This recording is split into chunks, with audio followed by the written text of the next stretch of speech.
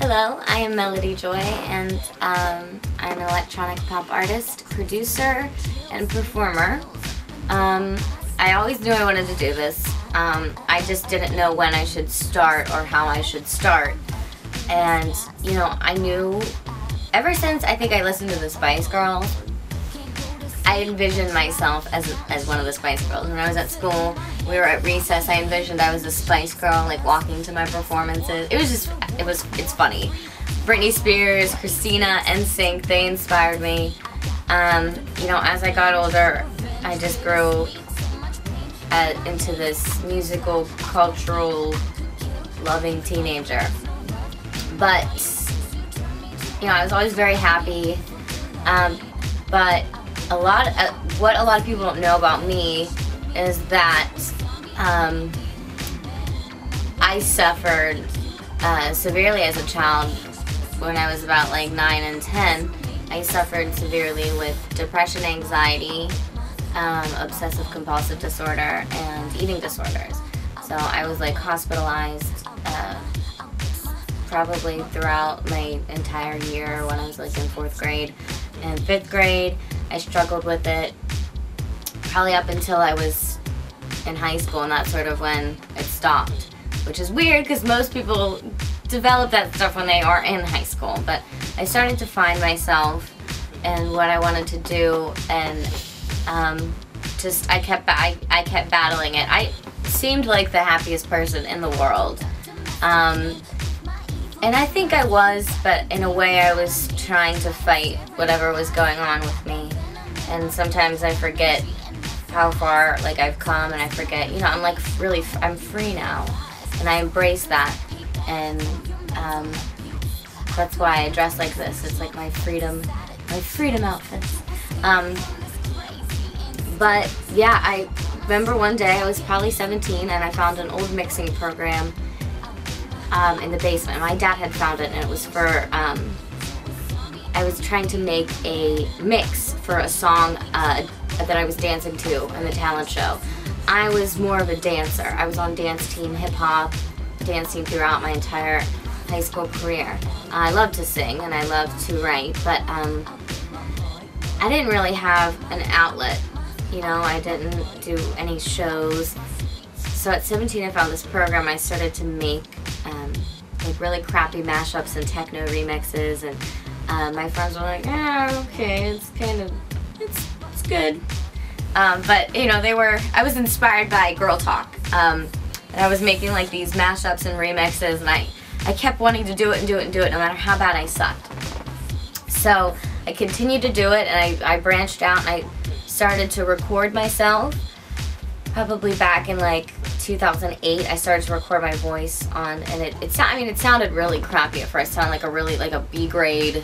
I don't even know, but it was cool, and I kept doing it, and started to do shows around here. Started to get better equipment, invested in it, put my whole heart into it. I was like, this is the point in my life that I've thought of, when would it happen, and it was happening then. I was gonna go, and you know, because I said to myself as a little girl, this is gonna happen, I just don't know when. And I was like, this is when it's happening, and this is how it's happening, and I'm living like out that prophecy.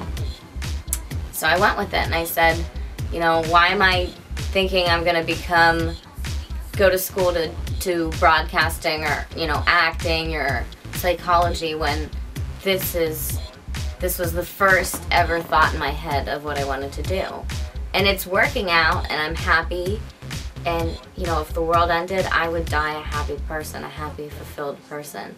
Even if I didn't get to where I was or where I wanted to be, you know, even if I didn't reach the top, I still was doing what I wanted to do.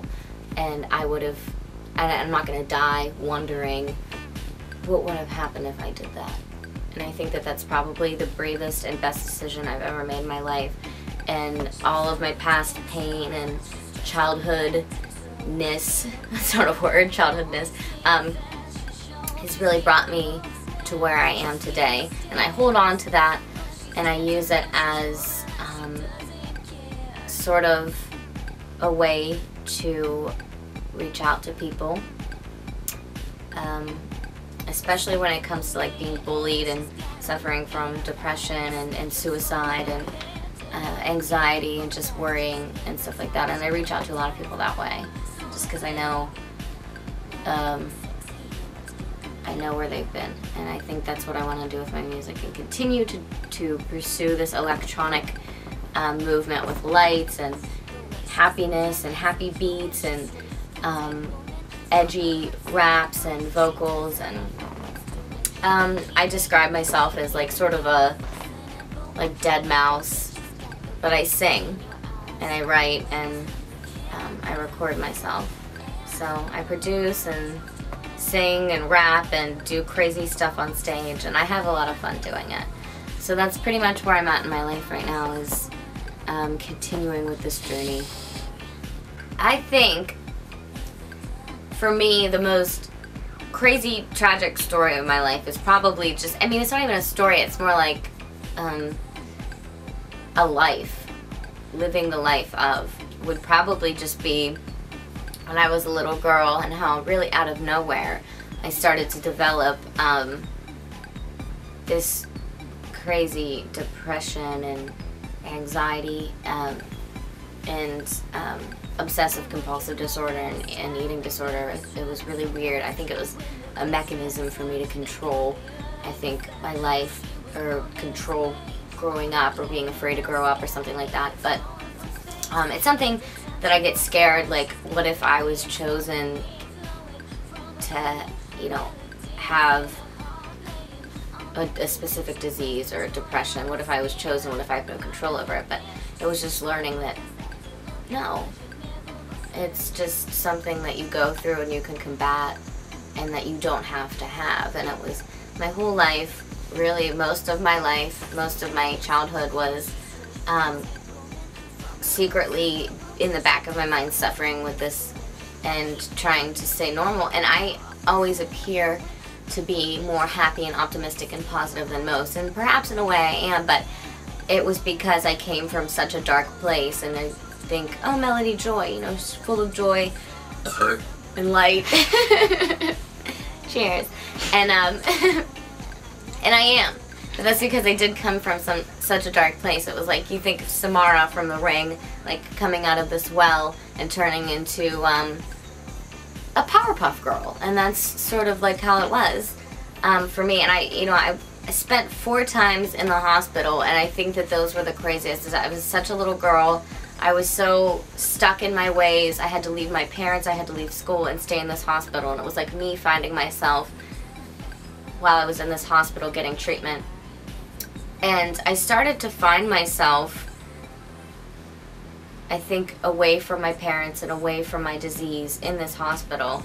And I would be in there with a lot of older girls who were going through the same thing that I was going through.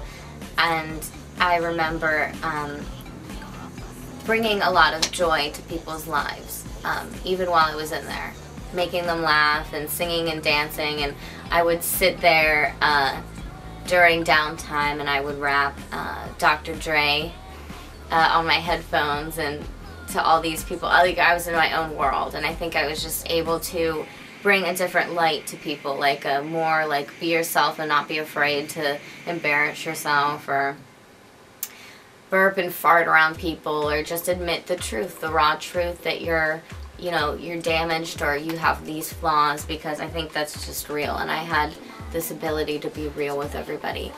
And I actually remember being in I was probably 10, and I was in my hospital room, and I used to stick stuffed animals on the top of the door. So when the nurses came in to check on you, the stuffed animals would fall, and they'd hit our tray of like pills. And I remember I kept doing this like every night, and the nurse would get so mad and scared. I would hear like in the middle of the night, and I would just start giggling. And I just thought it was so funny. I would play like these practical jokes on all the nurses, and they would like hate me, because I mean, I was like ruining their medicine trays, and it wasn't good. But it just taught me to make light of situations that are very tragic in your life, and I think that that's how you get out of them, is to sort of pretend like you don't have them, or pretend that that you're well. Almost like fake it till you make it. Fake a smile until you actually start to really smile. And I certainly think to myself, well, I'm such a hard head. If I can get out of a situation like that, I think anybody can. And surely if I can provide sort of advice or positivity or a light onto anybody's problem, then I think hopefully that I can. And that's probably my most impactful story, was just going through the darkest times of my life and being able to come out of them and say that I survived it. This isn't MySpace. We don't have. You know what? You want to know what my MySpace name was? Fun size. Yeah, there were a lot of people don't realize this or couldn't imagine me being in this situation, but there were times where I was like spending like 10 hours in my room, literally just stuck in my like obsessive compulsive rut. It was like the craziest thing. You know, I was so young and nothing else mattered, and I was so full of worry and anxiety. I would just, every little thing I did had some sort of routine or plan or ritual, and I always thought if I didn't do this, something bad would happen to me, or I would get bad luck or something like that. Even talking about it was completely like off subject. I would just do like the weirdest things. You know, shutting things on and off a certain amount of times, or doing a certain thing a certain way until it's perfect. And I don't know why I did this to this day. I feel like it's just, I think it was about control or fear of giving up control or something like that. And it's just weird to think like, I mean, I haven't obviously had this problem in years. It's been years since I was a little girl, but it's just weird to think that that happened to me. I was chosen to have that, or maybe if I chose it, I'm not really sure why. But a lot of people can't imagine me being in this rut or doing things in a strategic order and being tortured. I was literally tortured. And maybe that's why I'm such a positive, free, happy, crazy person. I mean, I think I always was, despite having obsessive compulsive disorder and all these other problems, but I don't know, I was always a crazy girl, and I can't really explain why I had it. And I think deep down I had this yearning for control of my life, and once I gave that up, I was much happier. And it is possible, and I think I want to get that across to people, that the most impossible things are possible, and to lighten up and loosen up and have fun, because life is not forever, and death is inevitable, sadly.